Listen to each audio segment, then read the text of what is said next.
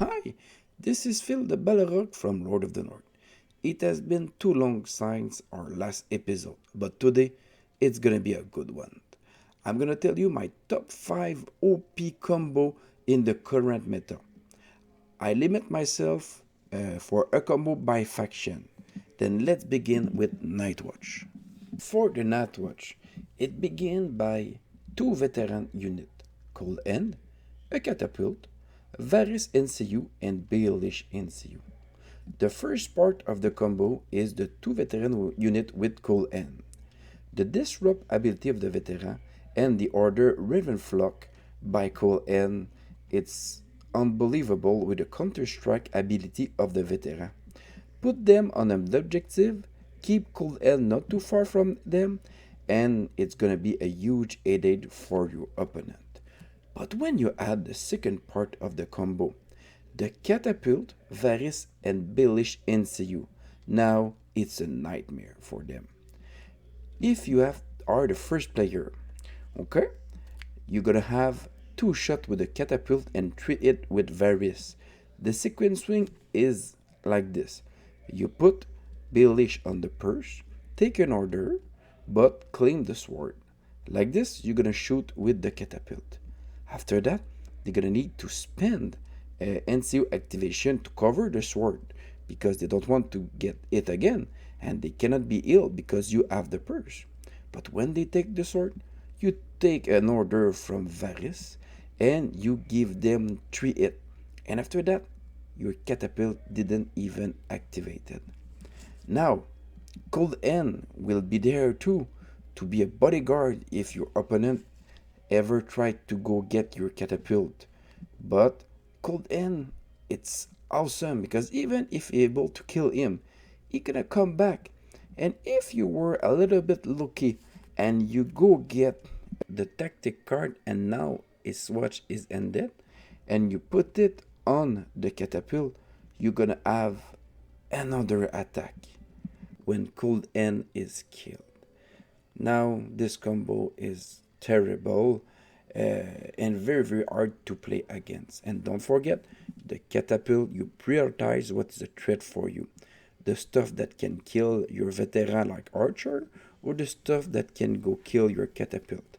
After that, just kill units and claim the victory point. Alright, let's jump to our second combo with the Stark. You're gonna need 2 Tully Cavalier with a Winterfell Guardian, Great John Umber for Commander, Ned Stark NCU, and Sansa Stark NCU.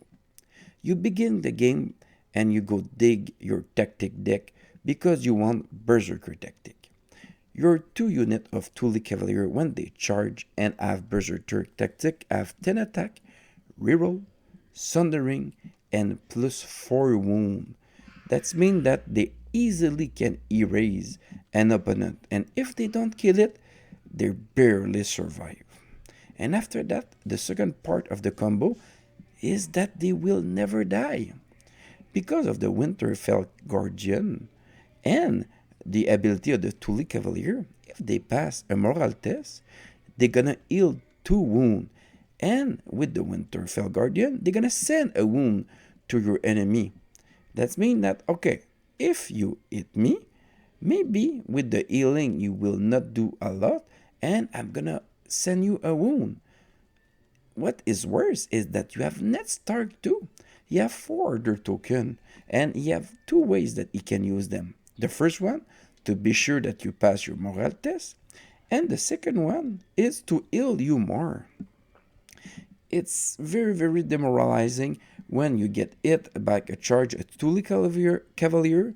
You are able to survive, but after that, you cannot do nothing because the Tully Cavalier just simply overheal themselves. Even with the 3 wounds that they're gonna go get with Berserker tactic, you say, okay, they lose the quarter of their unit. I'm gonna hit them, it's gonna go fall under the half or something like this, but no. They are so sturdy with their armor and good morale, and with the healing of Ned Stark and their innate ability in the Winterfell Guardian, they are almost unkillable. Alright, our third combo is from the Lannister.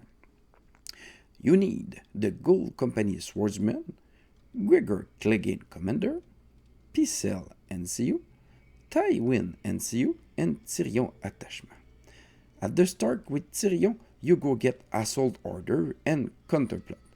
Counterplot is just there to protect your Assault Order or prevent that an enemy with a tactic card let their unit survive after your big charge. And after that, it's Gregor's show. In the Gold Company Swordsman, it's the biggest twist ever because you're gonna be Sundering, 10 attack tack. You always have reroll, and with Gregor, you add 2 wound. It's crazy good. If you set up your charge with Picel, they even gonna be weak, not weakened, but vulnerable. And don't forget, your Gold Company Swordsmen have precision. If they have it all, this is unbelievable. You can erase anything, and with Assault Order, you can attack twice or just do a huge march and charge. That means that you can surprise your opponent. And the fact that Tyrion allowed 100% of the time to have Assault Order in your hand, I think is what made the combo so huge and so powerful. Tywin is there when you really want to erase a unit. It's pretty simple. Put Gregor in the face of the biggest unit that you want to kill, and after that, go get the big combo with Tyrion and charge with Gregor. When Gregor gonna charge, you use Tywin and Seiyu to be able to have all their ability and erase the unit in front of you. And when Tywin and Seiyu ability is used, you just charge with Gregor again. But now you set up it with Picel to give the vulnerable. That's mean that a lot of time you can erase one shot a enemy unit, and with Gregor Commander, never forget you have overrun.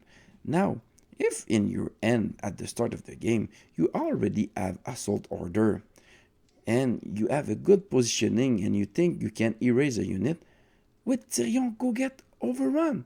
That's meant that you're gonna be able to charge again after you erase the big unit with Tywin. I think that's make the combo so awesome and so dreadful and a problem for any opponent playing against it. Alright, now for our fourth combo, it's gonna be a great joy one. You're gonna need Ballon CU, Reaver, a Captain, and the Silenceman with Victorian Commander.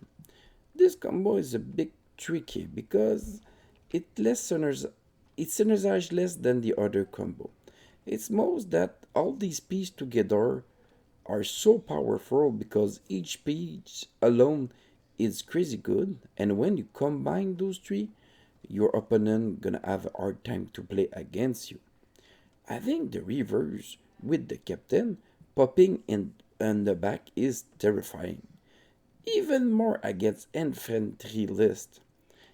If they turn, they let their back open to your other unit in your list, and if they don't turn, having a river charge in the rear, it's terrifying. The river are yes glass cannony, but still they hit like a truck. The big picture is to compromise the positioning of your opponent with them, and they are still pretty cheap. Now, for a quick tip with this, try to be first player. Deploying the river with the captain in them with outflank at the start of the second round is very good because after the first round you're gonna see where your opponent want to go with their unit and they're gonna create space behind them. After that, never pop them if able near a cavalry unit because they don't need an activation to turn they're facing. They're gonna be able to charge you right away. Don't have more than one river captain with outflank because If you have two, you won't be able to pop them one at the first turn and the other one at the second turn. You need a turn in between them. That means that worst case scenario, you're gonna have your river at the start of round four. It's kind of too late in a game with six rounds, and very bad to let 6 point sleeping for half of the game in reserve. Okay, let's continue. Ballon Insigne. It's allow you to send your big bad unit in the battle in the not being afraid to get it killed, because as soon as it's been killed with Ballon, you can bring it back and it didn't even lose its PH token, and your enemy gonna put a lot of energy to kill this unit. And with the tactic card, what is dead may never die. If they are ever able to kill the big bad unit, seeing it pop with Balan and Sinew almost anywhere at the edge of the border edge, it's demoralizing. And finally, the Silence Man and Victorian Commander. It just in my eye, this unit is just too good. They're gonna be vicious, sundering, send vulnerable on the charge. They're gonna have overrun. The region wound when they pass Morachet, and the Silence Man infamy make your enemy have minus when they pass their moral test when you have PH token. They are just simply an overall crazy good unit, and I love when Ballon and CU pop them, make them revive, because your enemy will have suffer so much to kill them, and seeing them bring back on the table, it's really, really, really good. Bring those three things in your list, and you're gonna be a menace, and you're gonna love your game. For our fifth and last combo, it's gonna be a mortal one. Alright, you're gonna need Demon Sand Commander in a unit of Royal Guard, two Skirmisher unit with a Speed Lord, and Elaria Sand NCU. Royal Guard are sturdy unit with a good morale, shield wall, and intimidation of the crown to weaken your enemy. If you add tactic cards like Superior Positioning, Pathetic Attempt, Doom Tactic, or Rising Temperature, they all synergize freaking well with the defense of the Royal Guard when they have Demon in them. Now, the combo start sending Demon in the Royal Guard in combat, and after that, it's gonna be the time of the Skirmisher with the Spear to shine, because with the Spear Lord, they have +1 attack, meaning they have 8 attack dice when they are attacking. And with Coordinate, Plot, and Cunning Play, you have 4 tactic cards in your deck that allows Skirmisher to shine. They're gonna be able to trigger the order and make a surprise attack with Quickfire Order. The beauty is that it's only their first attack. That means that they have another activation with 8 attack, and you don't even count if you are able to take the sword. They may be even able to attack a third time. Finally, never forget, they also have their order to allow them to reroll and get precision on the attack. It's just crazy good. Having two skirmisher also allowed you to be more unpredictable and a little bit more forgiving, because skirmisher are still very, very glass cannon, but having two of them it mean that if you lose one of the two units, your game is not over. And El Ariasan. Oh, El Ariasan is just an NCU that I still don't understand why she is so strong.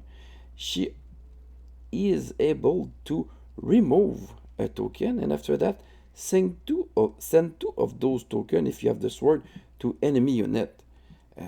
That means that when you're gonna be in the battle, if your opponent say, okay, I'm just gonna weaken the archer to allow me to survive, you pop El Ariasen, and after that, you're gonna see your opponent being weakened and not you. Now, I just want to make a quick conclusion about this episode. I did this for two reasons. The first one is to helping player because knowledge is power. Being aware of those threats allow you to list build and be careful when you play against them. It's gonna make that if you never saw those combo, it's almost a no to loss game for you. But with the knowledge, you can put tools in your list or know how to play your list to be able to mitigate those huge combo and give you a fighting chance. And the second reason is I wish that the balanced team in Simon gonna see my episode and fix those combo because after you play against it two or three times, you realize quickly that they don't bring a positive play experience for any opponent. Me, when I see units that are so strong that your opponents automatically lost, I dislike it a little bit. Alright, on that, I'm gonna wish you all a good night. And please, if you have a strong guest combo that I didn't cover on this episode, let me know it in the comment. Alright, bye bye everybody.